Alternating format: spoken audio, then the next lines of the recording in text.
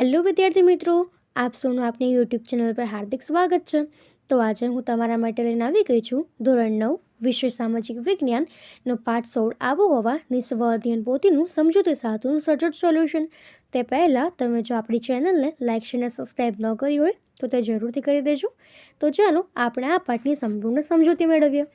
તો અહીં આપણો સ્વ અધ્યયન પોથીમાં વિભાગ એનો પહેલો પ્રશ્ન છે કે નીચે આપેલા પ્રશ્નોના માંગ્યા મુજબ જવાબ આપો। એનો અ છે કે યોગ્ય જોડકા જોડો। તેમાં આપણને અમાં આપ્યું છે કે શિયાળો, તો તે થશે ઓપ્શન બી ડિસેમ્બરથી ફેબ્રુઆરી। એના પછી છે ઉનાળો, તો તે થશે માર્ચથી મે। અને ચોમાસું, તો તે થશે કે જૂનથી સપ્ટેમ્બર। અને પાછા ફરતા મોસમી પવનોની ઋતુ, તો તે થશે ઓક્ટોબર અને નવેમ્બર। એના પછી બ છે કે નીચેના વિધાનો ખરા છે કે ખોટા તે જણાવો। તો એના માટે આપણું પહેલું વિધાન છે કે આબોહવા એ હવામાનની લાંબા ગાળાની સરેરાશ પરિસ્થિતિ છે, તો આ વિધાન આપણું ખરું છે। એના પછી બીજું છે કે હવામાન એ વાતાવરણની ટૂંકા ગાળાની સરેરાશ પરિસ્થિતિ છે, તો આ વિધાન પણ આપણું ખરું છે। મુંબઈ દરિયા કિનારે હોવાથી તેની આબોહવા સમ છે, તો તે પણ ખરું છે। બે અક્ષાંશો વચ્ચેનું અંતર 111 કિલોમીટર જેટલું હોય છે, તો એ પણ સાચું છે। અને 22 ડિસેમ્બરે સૂર્યના કિરણો મકર વૃત્ત પર લંબ પડે છે, તો આ વિધાન પણ આપણું ખરું છે। એના પછીનો આપણો પ્રશ્ન છે કે યોગ્ય વિકલ્પ પસંદ કરીને ખાલી જગ્યા પૂરો। તેમાં આપણી પહેલી ખાલી જગ્યા છે કે લેહ અને દ્રાસનું શિયાળાનું તાપમાન ખાલી જગ્યા જેટલું નીચું જાય છે, તો તે થશે -45 જેટલું। ભારતની આબોહવા ખાલી જગ્યા આબોહવા છે, તો તે મોસમી આબોહવા છે। પૃથ્વીના ધરીનમનને કારણે ખાલી જગ્યા થાય છે, તો ઋતુ બદલાવ થાય છે। ભારતની મહત્વની ઋતુ ખાલી જગ્યા છે, તો તે ચોમાસું છે। ભારત સરકારની હવામાન ખાતાની મુખ્ય કચેરી, તો તે પુણે ખાતે આવેલી છે। ગુજરાતમાં ઓક્ટોબર હીટને ખાલી જગ્યાના નામથી ઓળખવામાં આવે છે, તો તેને ભાદરવી તાપના નામથી ઓળખવામાં આવે છે।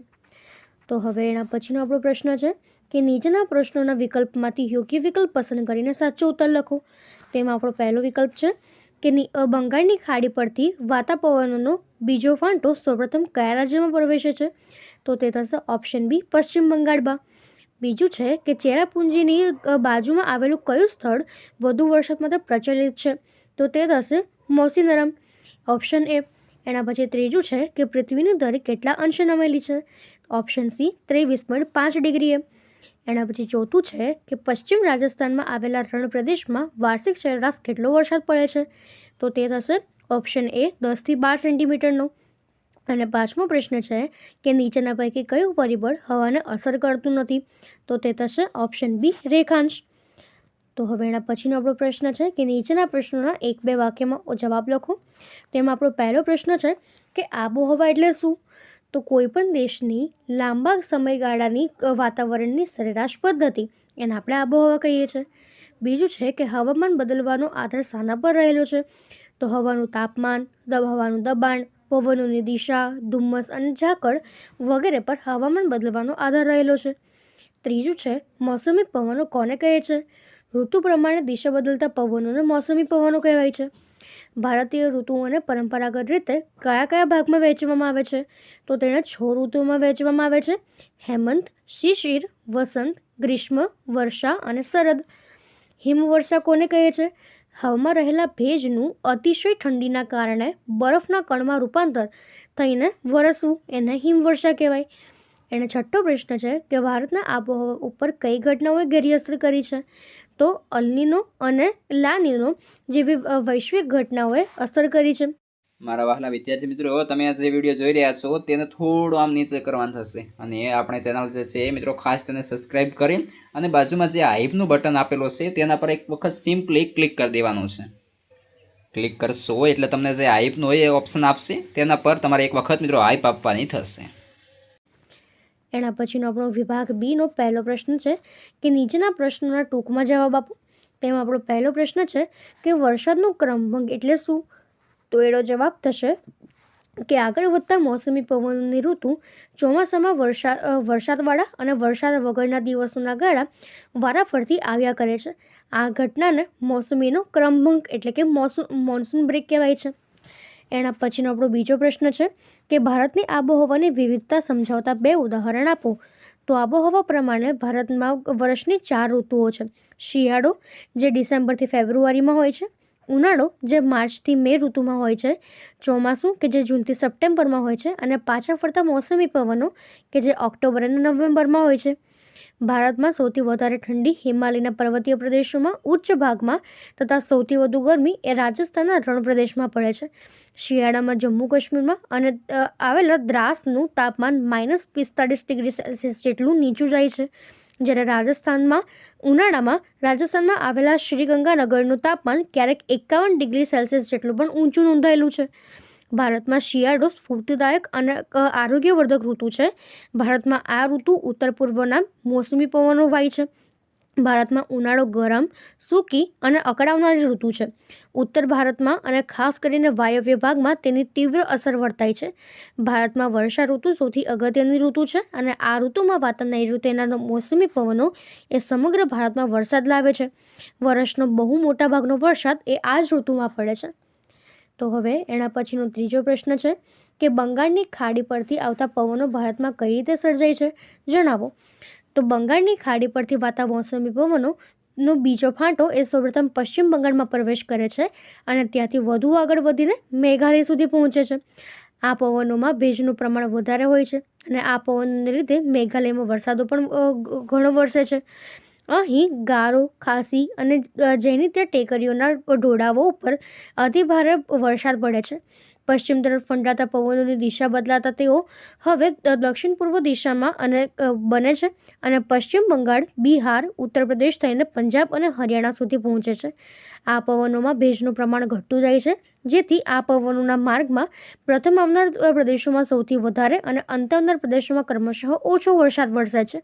આગળ જતાં બંગાળની ખાડી પરથી આવતા મોસમી પવનો અને અરબ સાગર પરથી આવતા પવનો ભેગા થાય છે અને તેના લીધે ઉત્તરવર્તી હિમાલયના ક્ષેત્રમાં સારો વરસાદ પડે છે અને ક્યારેક ત્યાં હિમવર્ષા રૂપે પણ વરસાદ પડે છે. એના પછીનો આપણો પ્રશ્ન છે કે વર્ષા છાયાનો પ્રદેશ કોને કહેવાય છે. તો ઉત્તર થશે કે ભેજવાળા પવનોને આંતરતા પહાડની વાતાભિમુખ બાજુએ સારો વરસાદ પડે છે. આ પવનોમાં રહેલા મોટાભાગનો ભેજ એ પહાડની વાતાભિમુખ બાજુએ ઠલવાઈ જતો હોવાથી તે પહાડની વાતાભિમુખ બાજુએ ઘણો ઓછો વરસાદ આપે છે. એટલે પહાડની વાતાભિમુખ બાજુએ આવેલા વિસ્તાર એ વર્ષા છાયાનો પ્રદેશ કહેવાય છે. એના પછીનો આપણો પ્રશ્ન છે વિભાગ સી, જેનો પહેલો પ્રશ્ન છે કે નીચેના પ્રશ્નોના મુદ્દાસર જવાબ આપો. કે જેમાં પહેલો પ્રશ્ન છે કે હિમાલય ભારતનું રક્ષણ કેવી રીતે કરે છે તે સમજાવો. તો ચાલો આપણે તેનો આન્સર લખીએ. તેમાં આપણે લખી શકીએ કે અહીં ઠંડી હવાઓથી બચાવ. હિમાલય ઉત્તર તરફથી આવતી સાઇબેરિયા અને મધ્ય એશિયાની અતિશય ઠંડી અને સૂકી હવાઓને ભારતના મેદાનોમાં પ્રવેશતા અટકાવે છે. બીજું છે કે ઉષ્ણતા જાળવી રાખે છે, કે હિમાલયના કારણે ઉત્તર ભારતનું હવામાન એ સમશીતોષ્ણ રહે છે અને કડક ઠંડીથી રક્ષણ મળે છે. ત્રીજું, મોસમની વરસાદી પવનને અટકાવે છે, એટલે કે દક્ષિણ પશ્ચિમ મોસમની ભેજયુક્ત હવાઓ એ હિમાલય સાથે અથડાઈને ઉપર ઉઠે છે અને ઉત્તર ભારતમાં ભારે વરસાદ વરસે છે. એના પછી છે વર્ષાનું વિતરણ કરે છે, એટલે કે હિમાલય વરસાદને ઉત્તર ભારત, ગંગા બ્રહ્મપુત્ર મેદાનો અને પહાડી વિસ્તારોમાં સમરૂપે વરસાદ વરસવામાં મદદ કરે છે. અને પાંચમું છે કે રણના વિસ્તારને અટકાવે છે, એટલે કે મધ્ય એશિયાની સૂકી હવાઓને રોકવાથી ભારતના ઉત્તર ભાગમાં રણ જેવી સ્થિતિ ફેલાતી અટકે છે. આ રીતે હિમાલય ભારતના હવામાનને અનુકૂળ બનાવીને તેને કુદરતી ઢાલ તરીકે રક્ષણ આપે છે. એના પછીનો આપણો ત્રીજો પ્રશ્ન છે કે ભારતમાં ડિસેમ્બરથી ફેબ્રુઆરીના સમય દરમિયાન અનુભવાતી ઋતુ વિશે નોંધ લખો. તેમાં આપણે લખી શકીએ કે ભારતમાં ડિસેમ્બરથી ફેબ્રુઆરીના 3 માસના સમયગાળાને શીત ઋતુ કે શિયાળો ગણવામાં આવે છે. 22 સપ્ટેમ્બરથી 21 માર્ચ સુધી સૂર્યના કિરણો દક્ષિણ ગોળાર્ધમાં સીધા પડે છે અને ભારત ઉત્તર ગોળાર્ધમાં આવેલો હોવાથી ડિસેમ્બરથી ફેબ્રુઆરી સુધી સૂર્યના ત્રાંસા કિરણોની અસર હેઠળ રહેવાથી ઓછું તાપમાન અનુભવાય છે. મધ્ય એશિયામાંથી ભારત તરફ દક્ષિણ પૂર્વ દિશાના પવનો વાય છે અને આ પવનો સૂકા અને ઠંડા હોય છે. તેથી હવામાન સૂકું અને ઠંડુ હોય છે. આ ઋતુ દરમિયાન આકાશ સામાન્ય રીતે વાદળા વગરનું સ્વચ્છ રહે છે. ઉત્તર પશ્ચિમ ભારત પ્રમાણમાં વધુ ઠંડુ રહે છે, કારણ કે તે સમુદ્રથી વધુ દૂર આવેલો હોય છે અને તેનો અમુક ભાગ એ રણપ્રદેશ છે. શિયાળામાં આ પ્રદેશ ઉપર હવાનું ભારે દબાણ તૈયાર થાય છે અને આથી પવનની દિશા બદલાય છે અહીંના ભારે દબાણમાંથી ઠંડા અને સૂકા પવનો ઉદ્ભવે છે. આ પવનો જ્યાં જ્યાં પહોંચે છે ત્યાં તાપમાનમાં ઘટાડો કરે છે. દિલ્હીનું શિયાળાનું તાપમાન એ ઘણીવાર 10 ડિગ્રી સેલ્સિયસ કરતાં પણ નીચું જાય છે. અલ્હાબાદમાં 16 ડિગ્રી સેલ્સિયસ અને કોલકાતામાં 18 ડિગ્રી સેલ્સિયસ તાપમાનની આસપાસ રહે છે. આ સમયે હિમાલયમાં તાપમાન અત્યંત ઓછું હોય છે. શિમલા, દાર્જિલિંગ જાન્યુઆરી માસનું તાપમાન 5 ડિગ્રી સેલ્સિયસ જેટલું હોય છે. હિમાલયમાં જ્યારે હિમવર્ષા થાય છે ત્યારે ત્યાંથી ઠંડી અને ભારે હવા એ ઉત્તર ભારતના મેદાન તરફ ઘસી આવે છે અને એના પરિણામ સ્વરૂપે આ મેદાનો સહિત રાજસ્થાન અને ગુજરાતમાં ઠંડીનું મોજું ફરી વળે છે. તાપમાનમાં એકાએક ઘટાડો થાય છે અને કેટલાક ભાગોમાં હિમ પડતા કપાસ જેવા પાકોને નુકસાન થાય છે. અલબત્ત શીત ઋતુમાં ઊંચા પર્વતીય વિસ્તારો સિવાય ભારતમાં તાપમાન ઠાર બિંદુથી નીચે જતું નથી, કારણ કે હિમાલયની ગિરિમાળાઓ મધ્ય એશિયા તરફથી આવતા અતિશય ઠંડા પવનને રોકે છે અને ભારતને સખત ઠંડીથી બચાવે છે. તો આપણે આ રીતે તે નોંધ લખી શકીએ છીએ. તો હવે એના પછીનો આપણો વિભાગ ડીનો પહેલો પ્રશ્ન છે કે નીચેના પ્રશ્નોના સવિસ્તર જવાબ આપો. જેમાં આપણો પહેલો પ્રશ્ન છે કે વાતાવરણીય દબાણ અને પવનો આબોહવાને કઈ રીતે અસર કરે છે? જવાબ: વાતાવરણીય દબાણ અને પવનો. તો ભારત ઉત્તર પૂર્વીય વ્યાપારિક પવનોવાળા ક્ષેત્રમાં આવેલું છે. આ પવનો ઉત્તર ગોળાર્ધના ઉષ્ણકટિબંધીય ગુરુદાપટના ભારે દબાણ પટ્ટાઓ દ્વારા સર્જાય છે. આ પવનો પૃથ્વીના ધરીભ્રમણને લીધે થોડા મરડાઈને વિષુવવૃત્ત તરફ વાય છે. ભૂતકાળમાં દરિયાઈ માર્ગે પસાર થતા વેપાર માટે આ પવનનો લાભ લેવામાં આવતો નથી અને તેથી વ્યાપારી પવનો કહેવાય છે. અને આ પવનો ભૂભાગમાંથી ઉત્પન્ન થઈને વાતા હોવાથી સામાન્યતઃ ભેજનું પ્રમાણ એ ઘણું ઓછું હોય છે.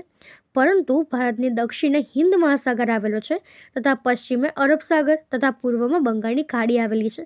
આ વિશાળ જળરાશિને લીધે તેના ઉપરથી વાતા પવનો એ ભેજવાળા બને છે અને ભારતમાં વરસાદ લાવે છે. શિયાળામાં હિમાલયની ઉત્તરમાં ભારે દબાણ હોય છે અને આ ક્ષેત્રમાંથી ઠંડા અને સૂકા પવનો એ દક્ષિણના હળવા અને દબાણવાળા સમુદ્રી વિસ્તારો તરફ વાય છે. ઉનાળામાં મધ્ય એશિયા અને ભારતના ભૂમિભાગોમાં ઊંચા તાપમાનને કારણે હોવાથી હવાનું હલકું દબાણ રચાય છે. આ સમયે દક્ષિણ હિન્દ મહાસાગરમાં પર ભારે દબાણ હોય છે અને તેથી હિન્દ મહાસાગર પરથી પવનો ઉત્તરના હલકા દબાણ તરફ ખેંચાઈ આવે છે.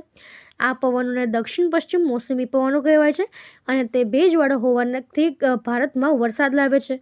ભારતીય વિસ્તારોમાં દૂર આવેલા કેટલાક પ્રદેશો ઉપર ક્યારેક વિશિષ્ટ ઘટના આકાર લે છે, જેનાથી આબોહવાની દીર્ઘકાલીન પ્રણાલીમાં તે સમય પૂરતો થોડો તફાવત સર્જાય છે.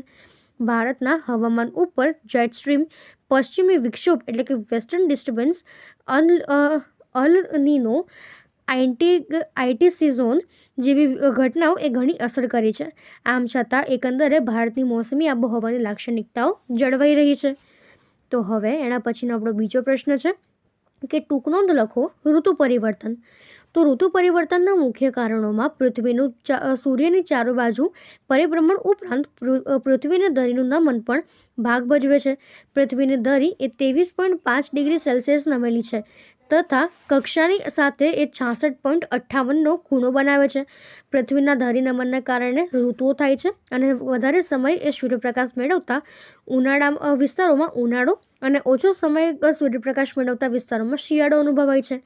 22 ડિસેમ્બરે સૂર્યના કિરણો મકર પર લંબ પડે છે અને આથી જ દક્ષિણ ગોળાર્ધમાં ઉનાળો અને ઉત્તર ગોળાર્ધમાં શિયાળો અનુભવાય છે. તેથી ભારતમાં રાત્રિ લાંબી અને ઠંડી અનુભવાય છે. તેવી જ રીતે 21 જૂને કર્કવૃત પર તરફ સૂર્યના કિરણો લંબ પડે છે અને ઉત્તર ગોળાર્ધમાં પડતા હોવાથી દિવસ લાંબો બને છે. ધરીભ્રમણ અને કક્ષાભ્રમણ એ ગતિની સીધી અસર માનવ જીવનના ખોરાક, પોશાક અને રહેઠાણ પર થાય છે.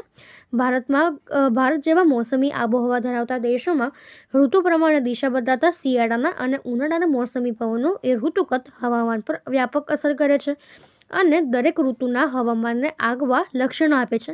આથી જ આ આબોહવા મોસમી આબોહવા તરીકે ઓળખાય છે. તો હવે એના પછીનો આપણો પ્રશ્ન છે કે ભારતના રેખાંકિત નકશામાં નીચે આપેલા વર્ષા વિતરણના પ્રદેશોને યોગ્ય સંકેત વડે દર્શાવો. તો અહીં આપણે પહેલું દર્શાવવાનું છે કે 400 સેમીથી વધુ વરસાદવાળા પ્રદેશો, બીજું 200 થી 400 સેમી વરસાદવાળા પ્રદેશો, 100 થી 200 સેમી વરસાદવાળા પ્રદેશો અને 20 સેમીથી ઓછા વરસાદવાળા. તો આપણે તેને નકશામાં આ રીતે દર્શાવી શકીએ છીએ. તો અહીં એના પછીનો આપણો પ્રશ્ન છે કે નીચેના કોષ્ટકમાં માંગ્યા મુજબની વિગતો આપેલ વિગતોમાંથી શોધીને યોગ્ય ખાનામાં પસંદ કરીને લખો. તો પહેલું છે કે શિયાળામાં અતિ ઠંડી અનુભવતા સ્થળો, તો તે થશે લદ્દાખ, દ્રાસ અને શિમલા. ઉનાળામાં અતિશય ગરમી અનુભવતા, તો તે થશે શ્રી ગંગાનગર અને અલવર. અને ચોમાસામાં વધુ વરસાદ અનુભવતા હોય તો તેવા મોસીનરમ અને ચેરાપુંજી. તો અહીં આપણા આ સ્વાધ્યાયન પોથી છે એના તમામ પ્રશ્નો પૂર્ણ થાય છે. જો તમને આમાં કોઈ પણ ડાઉટ હોય તો તમે તે કોમેન્ટ સેક્શનમાં જરૂરથી જણાવી શકો છો. અને આપણી ચેનલને લાઇક, શેર અને સબસ્ક્રાઈબ જરૂરથી કરી દેજો. Thank you.